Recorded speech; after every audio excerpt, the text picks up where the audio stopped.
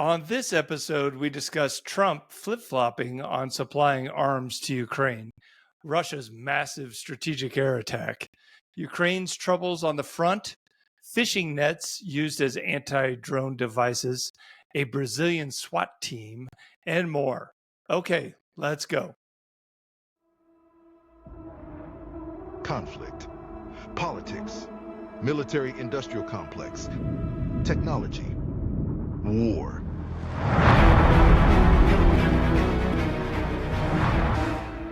The Flash Traffic Podcast.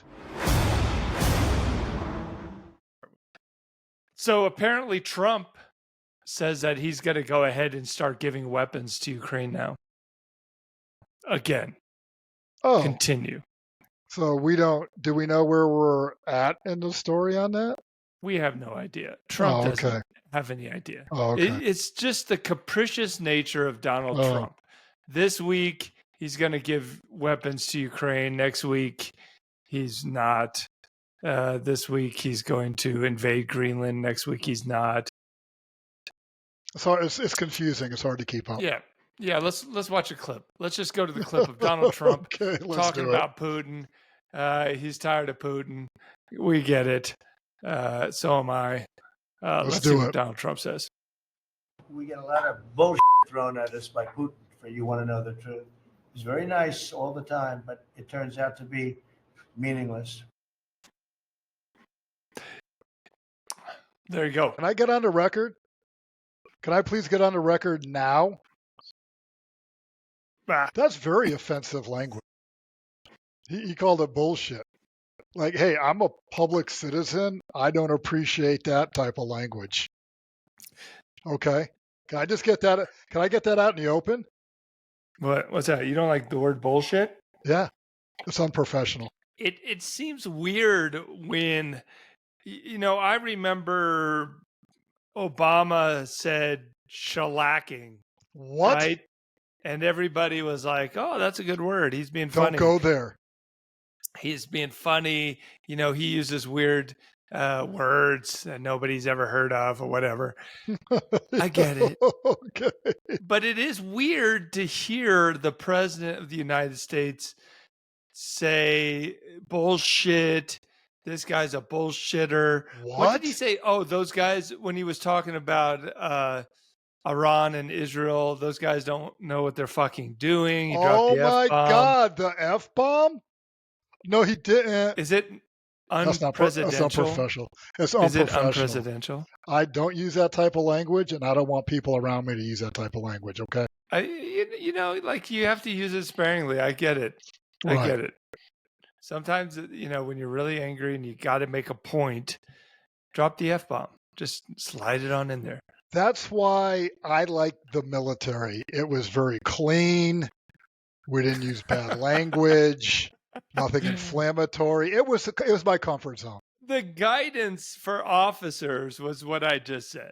I believe the unwritten, how do you get to the mess hall kind of you can't handle the truth thing was you use it, but just you don't want to be one of the guys, right? You just use it sparingly when you want to make a point.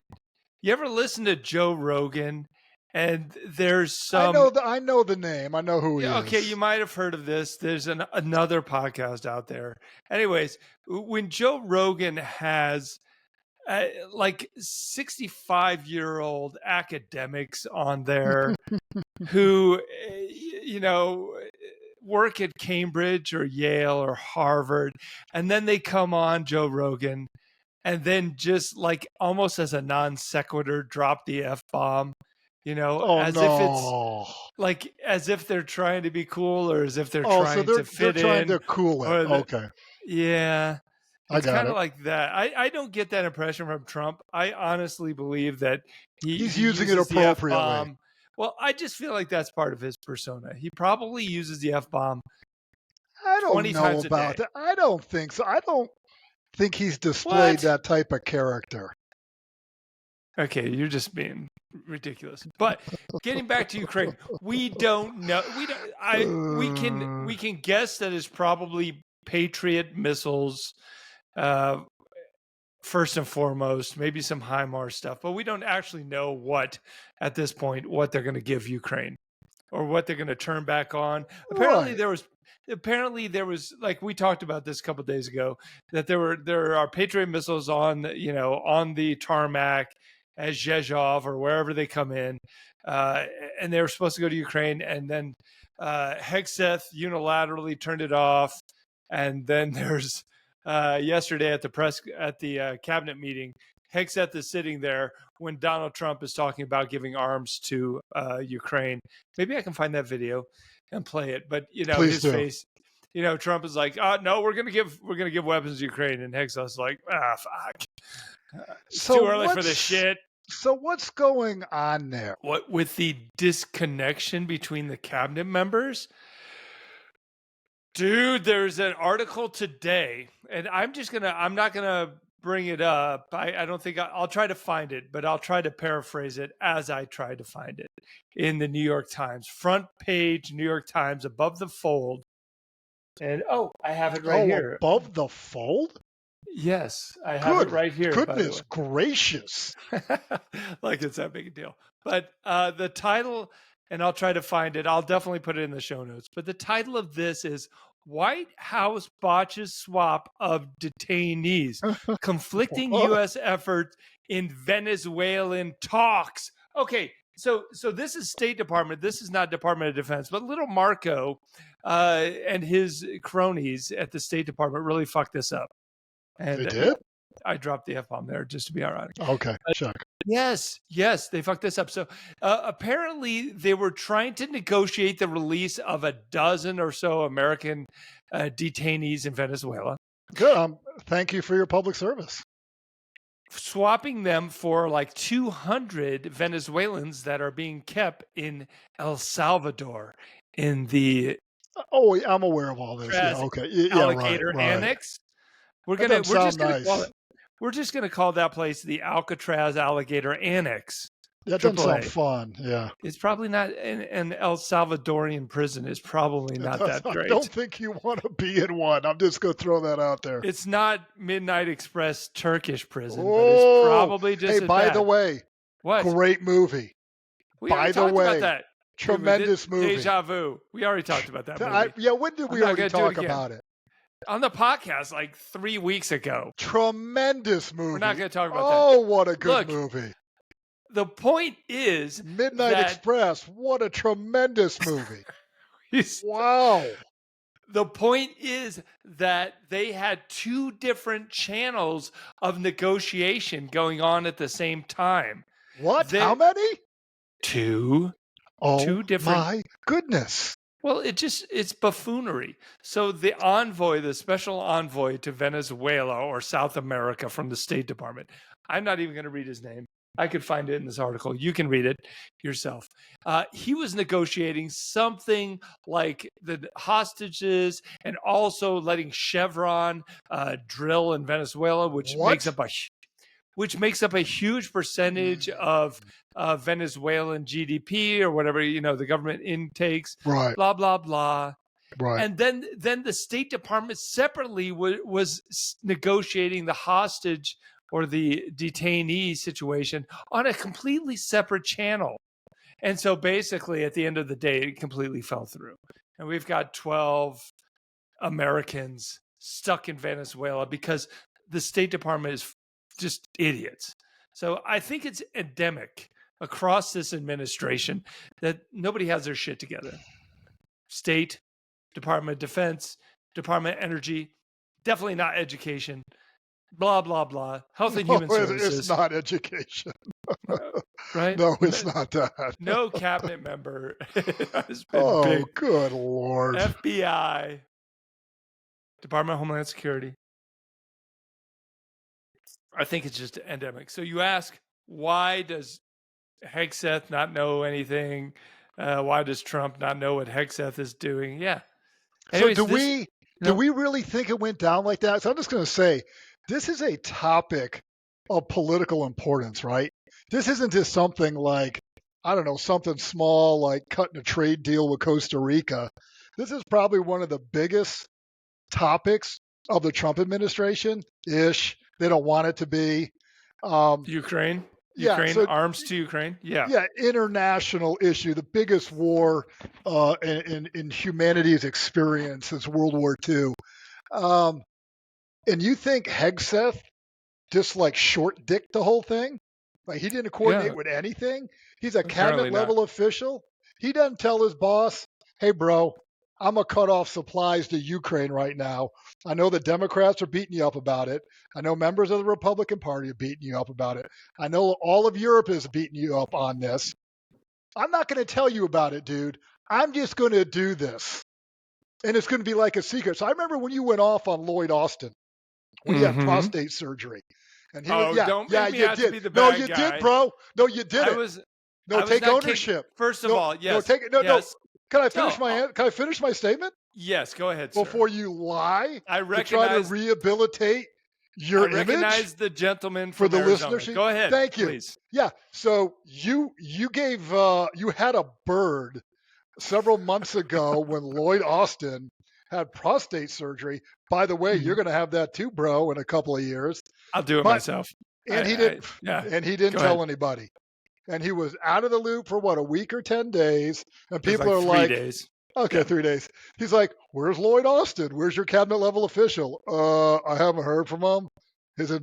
We're talking to his administrative assistant on Signal, and you had a heart attack about the lack of communication on that for being in the hospital for a couple of days. Yes, I did. Yes. Okay, thank you. Now Pete Hegseth fails to tell the president that he's stopping aid to Ukraine, which is probably the biggest international topic they're dealing with right now.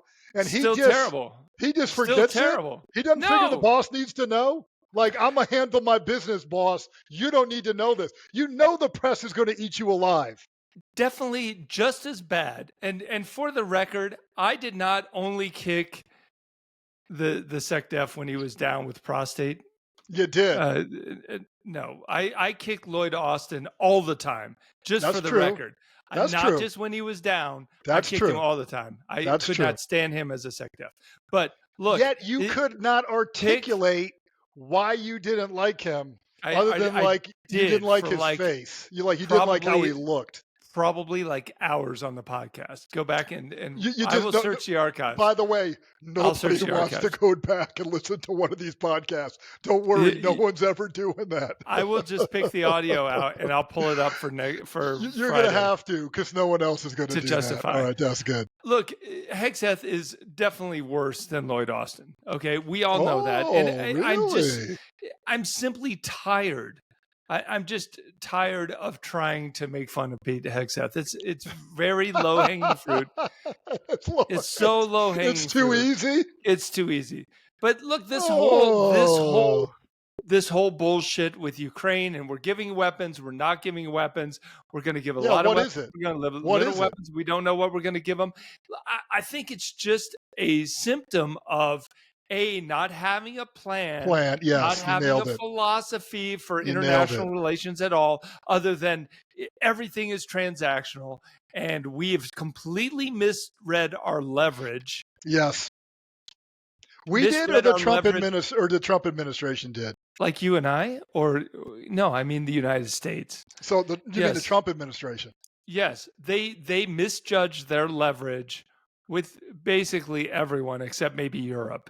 They probably called Europe correctly. That Europe, being the lily-livered, surrender people that they are, I think the Trump administration called Europe correctly, or maybe it's just hindsight that Europe is getting in line because they're sycophants, but definitely misjudged their leverage with Putin. No. Yeah. Oh. And now 6 months later, now we're back to where we were in December, trying to catch up with what? Artillery shipments, Stinger missiles. Every time we have this weird pause, the Russians gain momentum on the battlefield. 100% they do, and Every single he time. nailed it. This is just the Donald Trump flip-flopper paradox, where on one hand, you discount everything he says because it's Right. just horse shit. Right. Yeah, Right. he didn't really mean that. He didn't really mean we're going to invade Greenland. Right. Right? You discount everything he says on one hand, but on the other hand, you're like, oh, we're back, baby. Ukraine is back. Because in a cabinet meeting yesterday, he said that we're going to start supplying arms to Ukraine. So where is it? Somewhere in the middle or neither? Yeah, good question. Yeah, right. Someone told me, or I did, I've read this. It's been published, many times or whatever. Trump's opinion is based on the last person he talked to. Yes, that's a common. So he's like a goldfish. He's basically the goldfish president. Whoever you talk to last, that's your opinion. Yes, I have heard that. Okay, dude, that's so times. funny. From I heard that, I was like, oh my God, that's hilarious. It's probably true. So what did Putin do after being chastised by the president of the United States? Oh, he launched more missiles. He launched a lot of stuff. He launched an amazing amount, way beating the record last night. And I'm going to screen share this article, and a lot of this. This isn't right. Here's a map of all the stuff that was flying. 741 ballistic and cruise missiles, drones, and decoy drones. Most of it flew to the east of the country, as we can see on the map here. Lutsk is a city in the far west. Did I say east? Sorry, far west of Ukraine, north of Lviv. That took the brunt of the attack, far surpassing 3 days ago or 4 days ago when it was like 540 some flying aggressive objects. This was 741 last night. Now, if we look at this, okay, here it is. That was the last one. Okay, here's a picture of it. It gives a little bit of information into what actually happened last night. So this is a common graphic that the Ukrainian Air Force puts out every day to show what was coming into the country, into the border. 741 total. That included cruise missiles, ballistic missiles, hypersonic Kinjal missiles, decoy UAVs, and then Shaheds.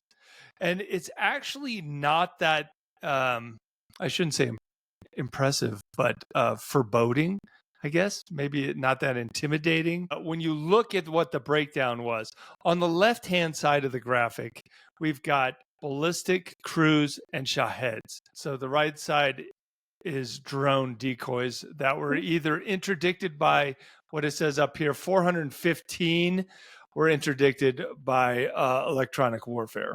Which is... and fell off the radar. As we talked about before, is more and more part of the game is the decoy war. Yeah. That's more and more of how you fight the war. Yeah. You got to confuse and overwhelm defenses. Yeah. I don't know what the number 718. So it says here, it's a tragedy or something tragedy. Shkoda means it's a pity. Okay, so yeah, it says that was my takeaway from that word as well. So it says something like this was a tragedy and 718 targets. I don't know what that means, targets, but there were 741 objects. So it's maybe 330 like attack objects and then 400 decoys, which, on the radar doesn't make a difference. Doesn't make a difference whether that's a $20,000 decoy drone that's just going to make a loop and then fly back to Belarus or Russia, or if it's got a 100-pound payload, it's going to blow something up. Apparently, 11 Kinjal hypersonic missiles made it through. So that would tell me that the Patriot is not doing that great. Not doing that great with the Patriot missile. Or at least how many maybe do they you don't have.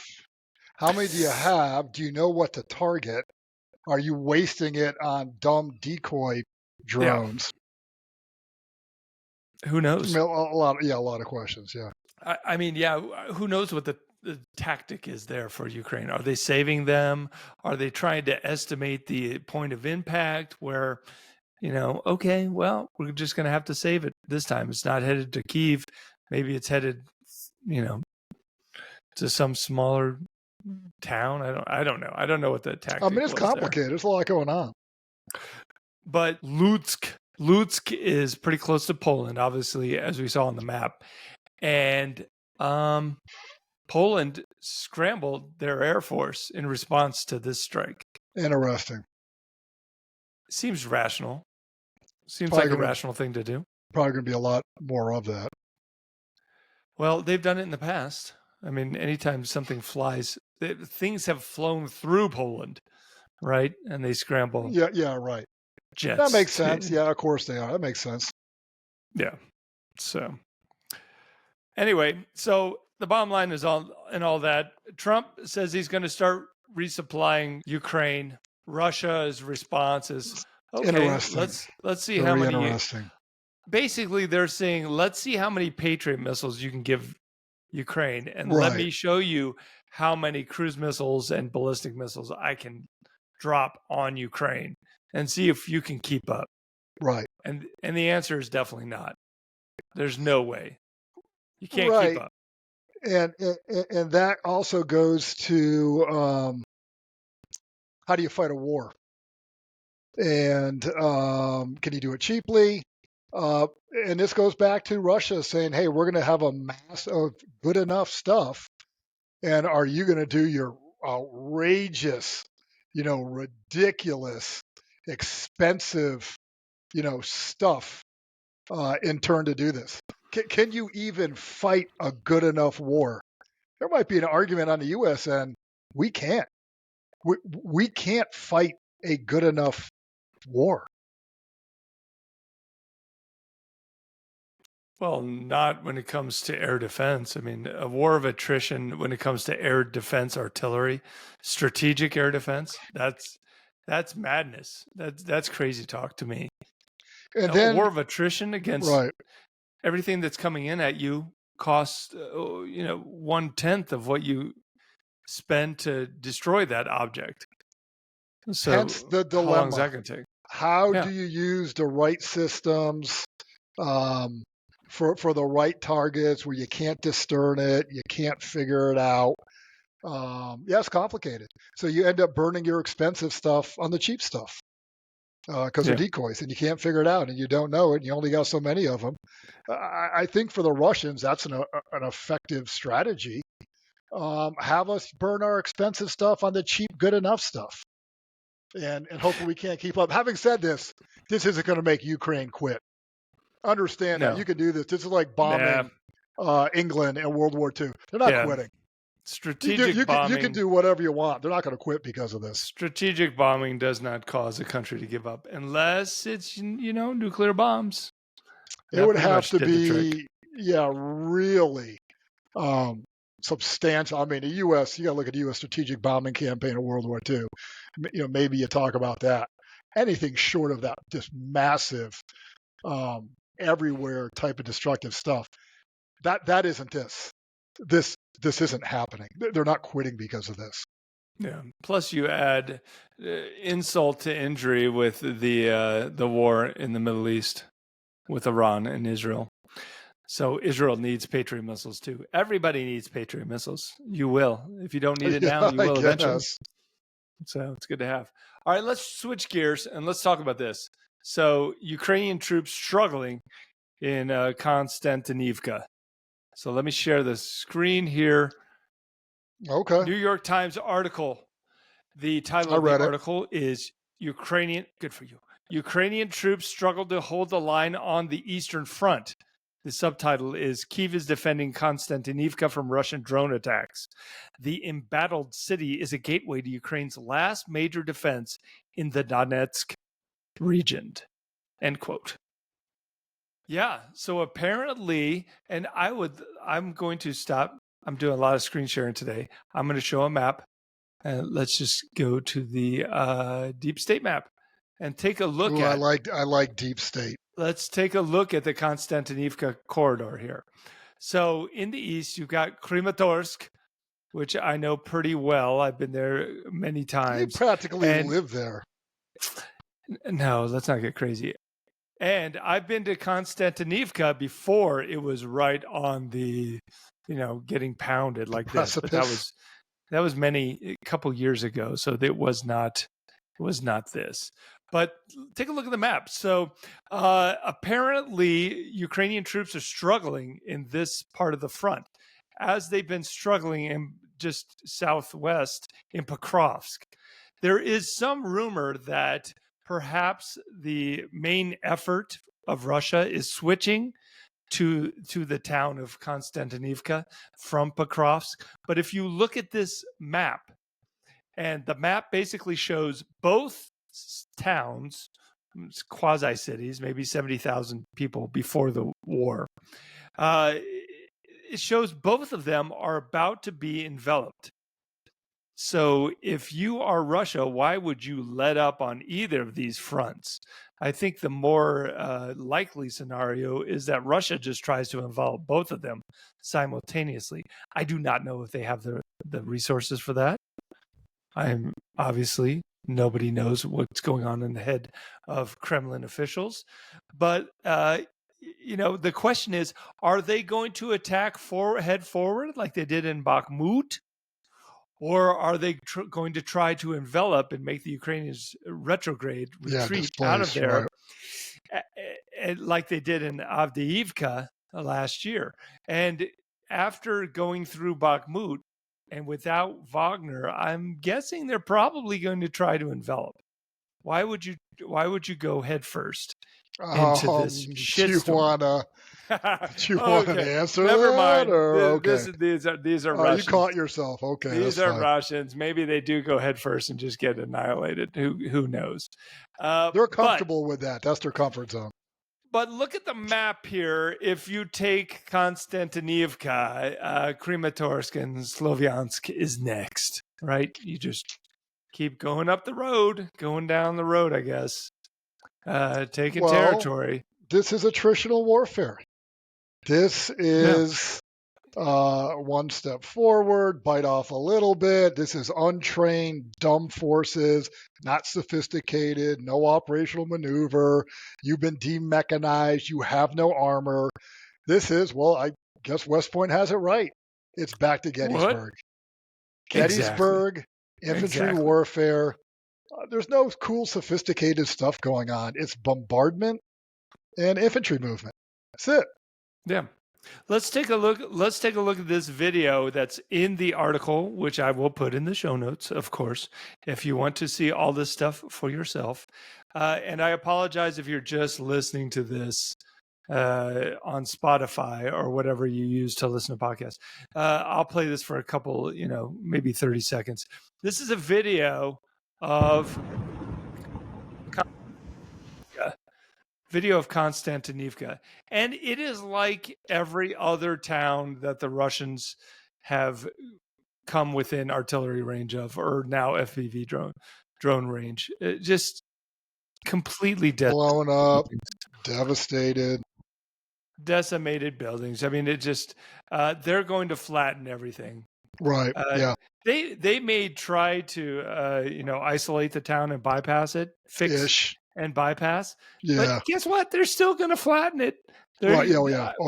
Their method of fixing a strong point like that is we're going to keep flattening as we move around it. Yeah. So it doesn't matter. It's going to be under constant bombardment. They're going to destroy everything.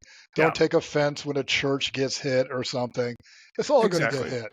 Just understand. It's going to be indiscriminate. If you've got civilians still living there, that's your fault. You're going to get hit. They have no discrimination. They've been doing this forever. Start with World War I. However far back you want to go back. This is simply how they do it. That article is pretty interesting because it gave some juicy details about drone warfare.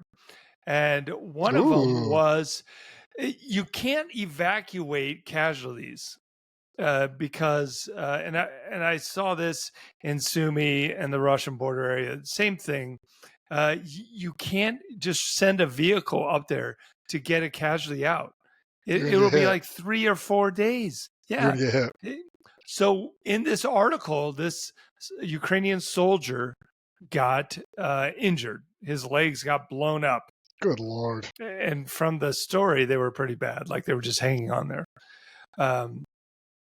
So they sent a robot, a land robot, to go out there and basically hook him, scrape him up, put him on the platform, and then come back. And as he was coming back to, safety, the robot hit a landmine. And then he was blown off the robot and he had to crawl back to the trenches just with his upper body. Pretty gruesome stuff. Oh, good Lord. Gruesome stuff.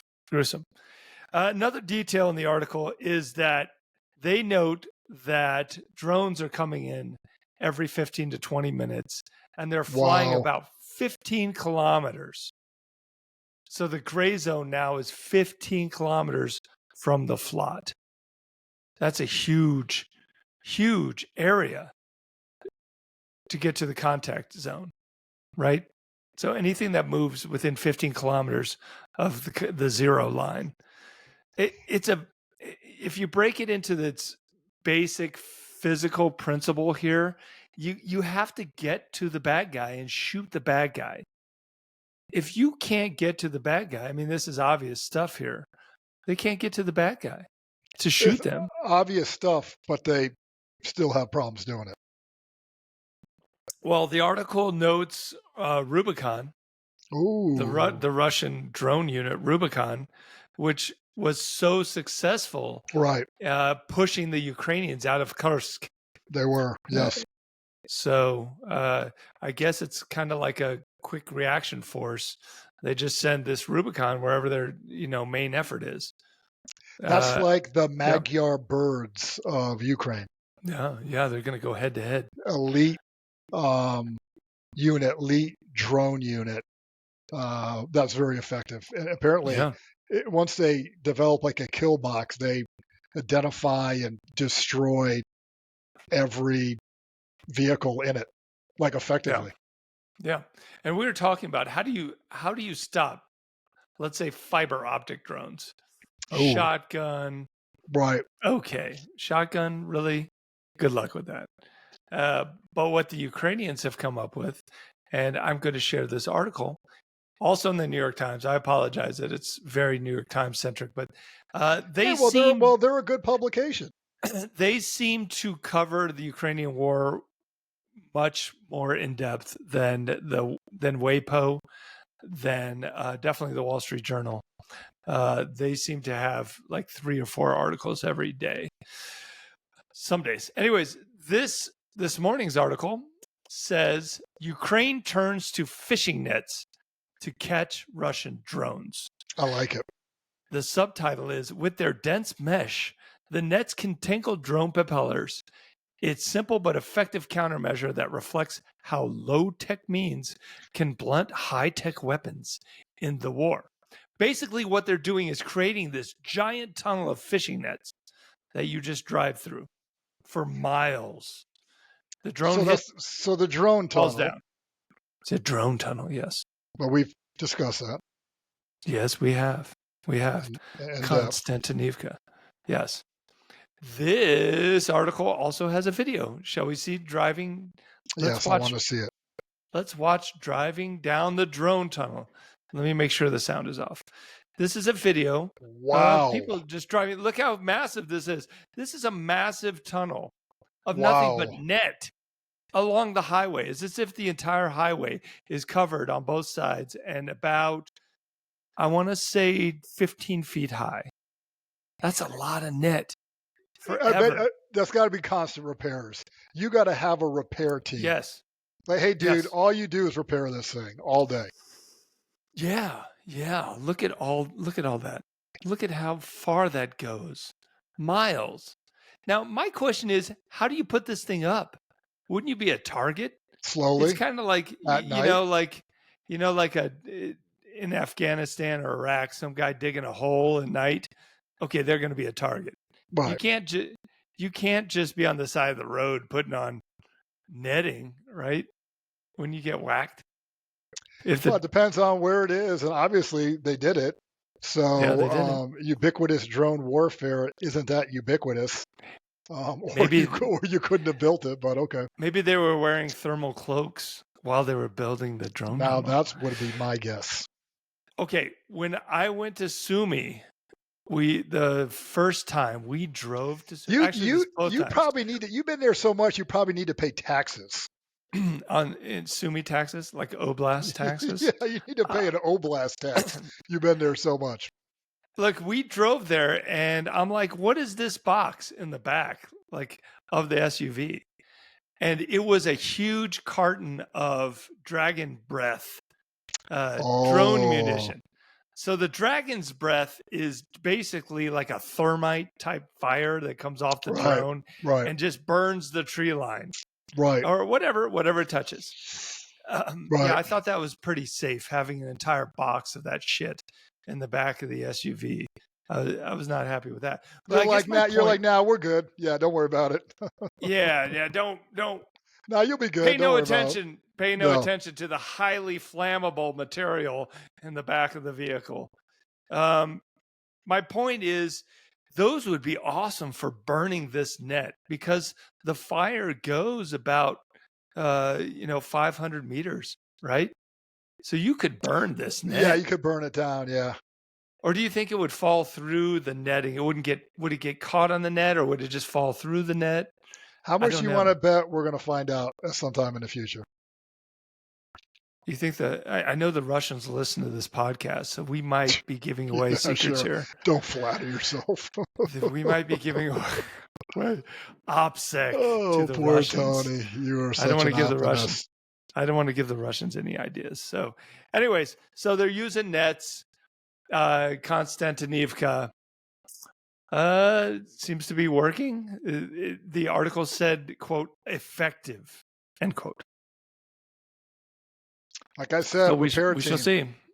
Everybody's going to be underground, or everybody's going to be walking into strange tunnels and strange net houses. Yep. And then somebody's going to come along with something that just like a drone with a razor blade on the bottom, just flies through and cuts it in half. How hard would that possible? Be? Or a big, very sharp sword. Yeah. I'm thinking I'm going to go with a sword, like a katana. Yes. Like the, what is the RTX-9 Ginsu Hellfire missile? That sounds fancy. You don't know about that? The Ginsu. Ginsu? I'm unfamiliar with it. Oh, what? I'm embarrassed to say it. I mean, I know we've talked about it. We've definitely talked about this on the podcast. We'll leave that. Okay, I'm taking a note. We're leaving that for War Week Friday. We like to use the Ginsu Hellfire. Okay. He had it coming. He died like a dog. Died like a dog. Okay, I'll leave that for Friday. We're going to talk about the Ginsu Hellfire. Okay, can we talk just real quick? I would just like to talk about this article. Actually, I have two articles I'd like to talk to. One's just a pure rant, but this is not the rant article. Oh, that's unusual.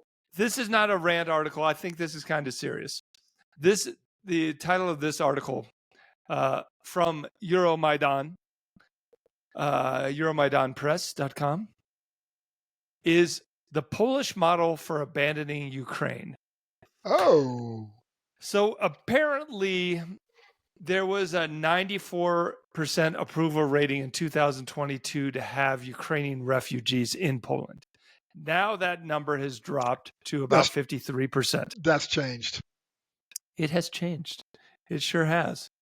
And part of that is because Poland, on 1 June, elected this guy, and I'm going to kill his name, elected president, Karol Nawrocki. It looks like Karol Nawrocki. I would do no better. In Polish, it's probably Karol Nawrocki. I think you never nailed it. looks. Yeah, I nailed it. That's exactly how it's pronounced. I think you nailed it. The guy's a 42-year-old historian with no government or anything experience. So in other words, twice the experience of Pete Hegseth. That's right. Much more experience than Pete Hegseth. Twice the experience that he has. He's an ultra conservative. He's a Trump buddy. Trump endorsed him. He was at the White House. There's a picture of him and Trump side by side. Let me see if I can find it. There we go. Good buddies. Right? Apparently bro. He barely won the election. Apparently he's tied with soccer hooligans. He has connections with gangsters and prostitutes. Trump's kind of guy. I do not endorse him being partnered with gangsters. Okay, I'm against that. I just want to get that out there. I want that on the record. So this guy right here. It's inappropriate. Yeah. So it looks like Poland, not militarily, but societarily, if that's a word. Let's go with that. Polish society is starting to turn, and they're just getting fatigued, right? Everyone's all pumped up at first. It's easy to say you support something, and when there's no skin in the game, and then you figure out what it really means. You know what? Humans want convenience. They want comfort. Many don't want to do the hard right thing. They want to take the easy way out. If it's too hard, or even a little bit of inconvenience, you don't want to do it. Yeah. I got it. And that's that. I mean, they're not involved in this. But again, that's what Putin is counting on, that your minor inconvenience, you're just going to shit the bed over it and be like, I'm not doing this anymore. There's some logic to that. Or reality to that, I should say. That is another form of attrition, right? Yeah. Society. Yeah. Oh, yeah, right. Fatigue. Yeah, emotional fatigue. I don't know if we're going to call it emotional attrition. Psychological fatigue. I don't know, something like that. Yes, something like that. But the population of Poland, 7% of the population is Ukrainian refugees at this point. That's significant. That's a lot. But, I mean, it is the country right next door. Okay. So what do you expect?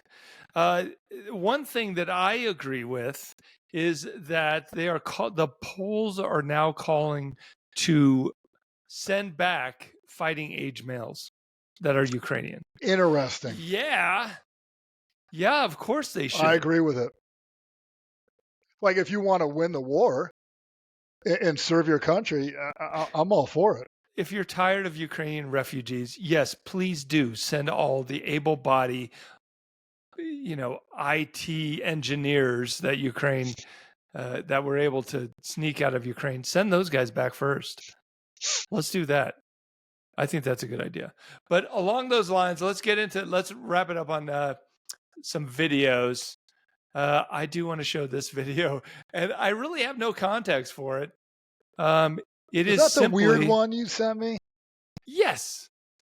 Should I share it? I'm going to share 100%, it. 100% you should share it. Okay. We need to make head or tails of this. Like, I don't get it. I don't know what's going on here. Look, I don't read Polish. I don't know Polish. Oh, these whacked out dudes. It's just a bunch of soccer hooligans that apparently are, patrolling the border. I just thought it'd be fun. Let's just. Jak to teraz? Co wy nie wiecie, co się w naszym kraju dzieje? Bronimy polskich granic, żeby żaden biedak nam się na krzywy ryj nie wpierdolił. Okay. Do wszystkich opalonych pseudoinżynierów. Wchodzicie tutaj, do naszego kraju, na własną odpowiedzialność. Gromda. Gromda. Gromda. Who are these cats? I have no idea. Some soccer hooligans. Since we talked about Polish soccer hooligans with Karol Nawrocki, I thought it'd be appropriate because that was a weird thing. Apparently Germans are crossing the border. Ukrainians are crossing it. It's just chaos out there in Poland. Okay, let's talk, before I get to the one more video, which has nothing to do with the Ukraine war. I would like to talk real quickly about this article that is in the Kyiv Post. And the title of the article is And it's an opinion article. The title is War Has Changed. Ukraine's tech pioneers are leading the fight West can't afford to ignore. So it's missing a word in the title, the West. But that was sick. That was verbatim. I read it. And it is by a former British member of parliament, Robert Seeley, who is now the head of strategy at some defense douchebag technology startup. You're being very critical. This guy's a complete fucking moron. But I just wanted very to point out comments. Here's what he says in the article. Quote, only 2 countries in the world are capable of fighting a modern, high-intensity infantry war, and neither of them is in NATO. One is Ukraine, and the other is Russia. Ooh. Shut the fuck up. Whoa, calm down. Moron. Are you kidding me? Down. Okay. I take a breath. Good, calm down, bro. Jeez. Is that not the stupidest thing you've read all week? I mean, come on. I read a couple of stupid things this week. I mean, seriously? I get it. Yes, they're experienced. But really, that's horseshit. That's all I'm going to say about that. Let's not even discuss it. That's all you're going to say. You won't say even more. You won't say even more about it. Okay.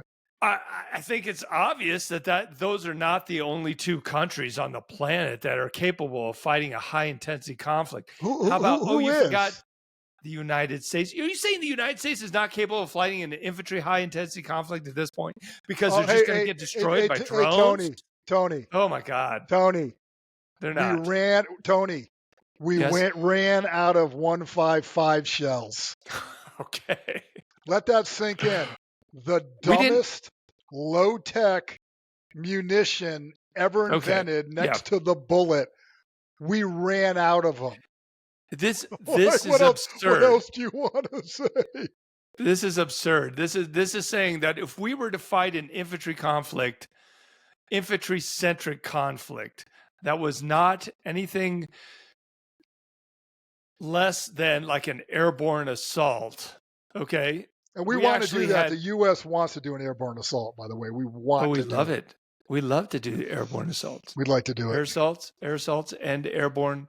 It can't be airborne assault, right? Because the 101st is air assault. So what is it when we send airborne in? Is it an airborne attack? No, that's not right. You're confusing airborne with air assault. I know the difference. What I'm saying is, if you're going to send airborne, when you send airborne troops and they jump out of the plane and they land, what do you call that? And airborne incursion? That's not it. Let's go with that. Okay. Let's go with that. Other than that, where we're actually using the Air Force and the Navy and our mechanized forces. You're talking combined arms warfare. Yes, exactly. That's exactly what I'm talking about. Do you think we're going to fight like Ukraine or Russia? No, we're going to do a little different. However, let's think in a little bit, because the U.S. one thing the U.S. is good at is being arrogant and think world events don't apply to us somehow. Oh, it's going to be messy. We're not going to it's not going to be Panama. We're not going to roll in there and take over everything. It's going to be messy, and people are going to die. Right. But we always overestimate. Yeah, right. I'll give you an example. I was listening to an article. Someone said that the U.S. is going to provide 1,000 drones per division. Sure, that's nothing. That's like I'm like, that's interesting. And then the guy's estimate was Ukraine launches 25,000 drones a day. Yeah, we're talking about millions of drones. Yeah, the entire U.S. military would be out of Schlitz in 24 hours. That's because you can't have 1 million drones at $35,000 a pop. You can have 1 million drones. Right. You can do that at $500 or $1,500. Right. And nobody's going to make those drones, not in America. You know who can make if we had a war with China, you know who would make our drones? China would make our drones. And then we'd argue over who was dumber, China for making them and selling them to us, or us for buying it from them. Like, I don't know who's dumber. One of us is. I don't know. I think we're all dumber. Yeah, Okay, someone's dumb. Yeah. that was just a short little rant. I just wanted to rant against this guy for being an idiot, and how dare you try to forward the conversation by putting your ideas in print, because assholes like me will just shit all over you. That is true. You will shit all over them. You will do How that. dare you try to be the man in the arena, Robert Seeley, when we have all these critics that are going to tell you how stupid you are. We're just going to talk shit to you. Right. How dare you try to do that? Okay. Hey, this last video has nothing. It's apropos of absolutely shit. But I wanted to show it because I saw it yesterday on the Twitter. Your honesty. On the Twitter, and man, it was cool. So I wanted to show it. It's got a war bent, I guess. It is simply, here we go. I'll make it big. Look here, I'll set it up for you. Brazil, dude is holding a guy hostage at gunpoint. This is impressive. This is impressive. On a balcony, and he's got the gun to the hostage's head. He's walking back and forth. He's yelling at the crowd because there's a huge crowd that has gathered to see what's going on. Not fearful that maybe this guy will start shooting into the crowd. So that raises some suspicions that maybe this was a exercise. I don't know, but it looks cool. I'm going to play the video. The SWAT team comes down and finishes the guy. Oh. So they repel. Normal repel, by the way. Who doesn't want to be these guys? You notice the drones flying around for surveillance? The drones. This is a sophisticated operation. Those may be like media drones or private drones, because this guy seemed to be out here for a while. If I'm the police, I want those drones for intelligence of what's going on. So a command and control center will know exactly what's going on, and he's feeding it to these guys' headphones, saying, giving up-to-date real-time intelligence. That's what you should be doing. I thought these. I didn't know. I thought these were GIGN guys in France. It made me think of them. This is Brazil. I know they use these really dark ears. So in the video, now right there, that's a free for all. Those two guys hopping in the balcony.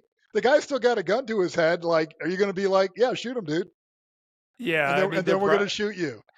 It looks like that guy went instantly down, so they probably didn't put up a fight.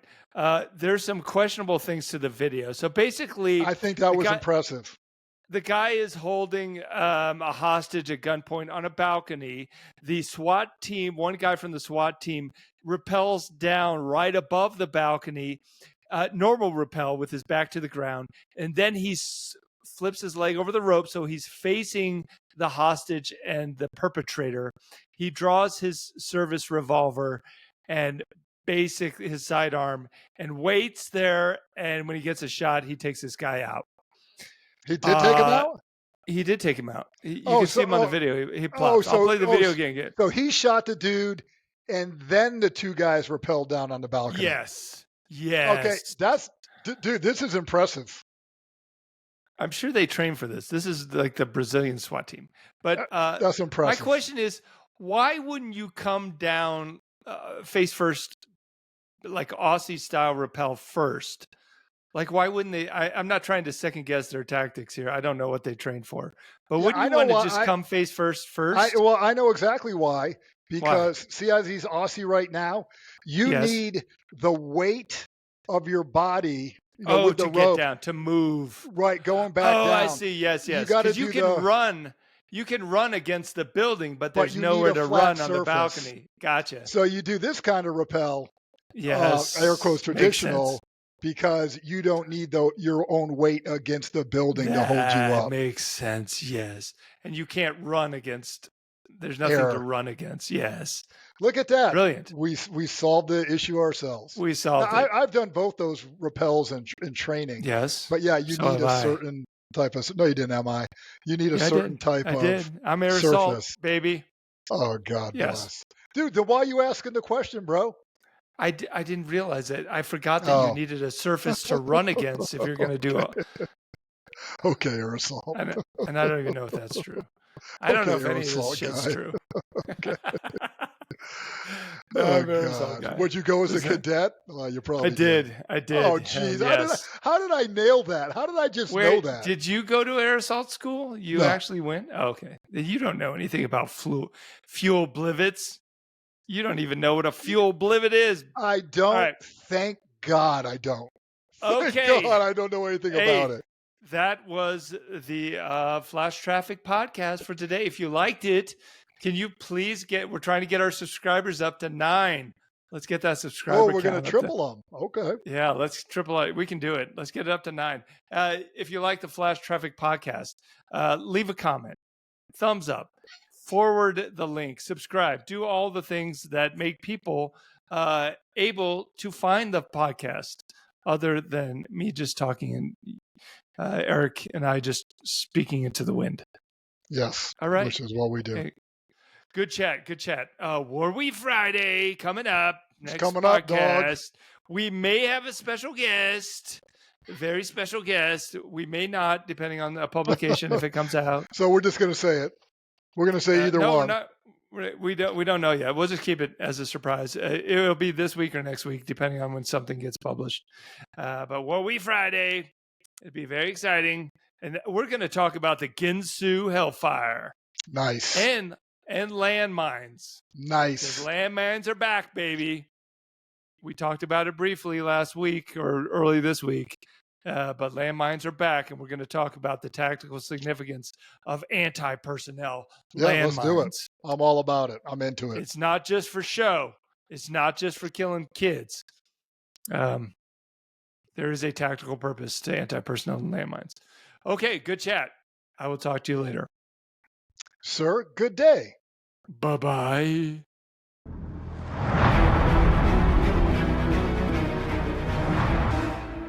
The Flash Traffic Podcast.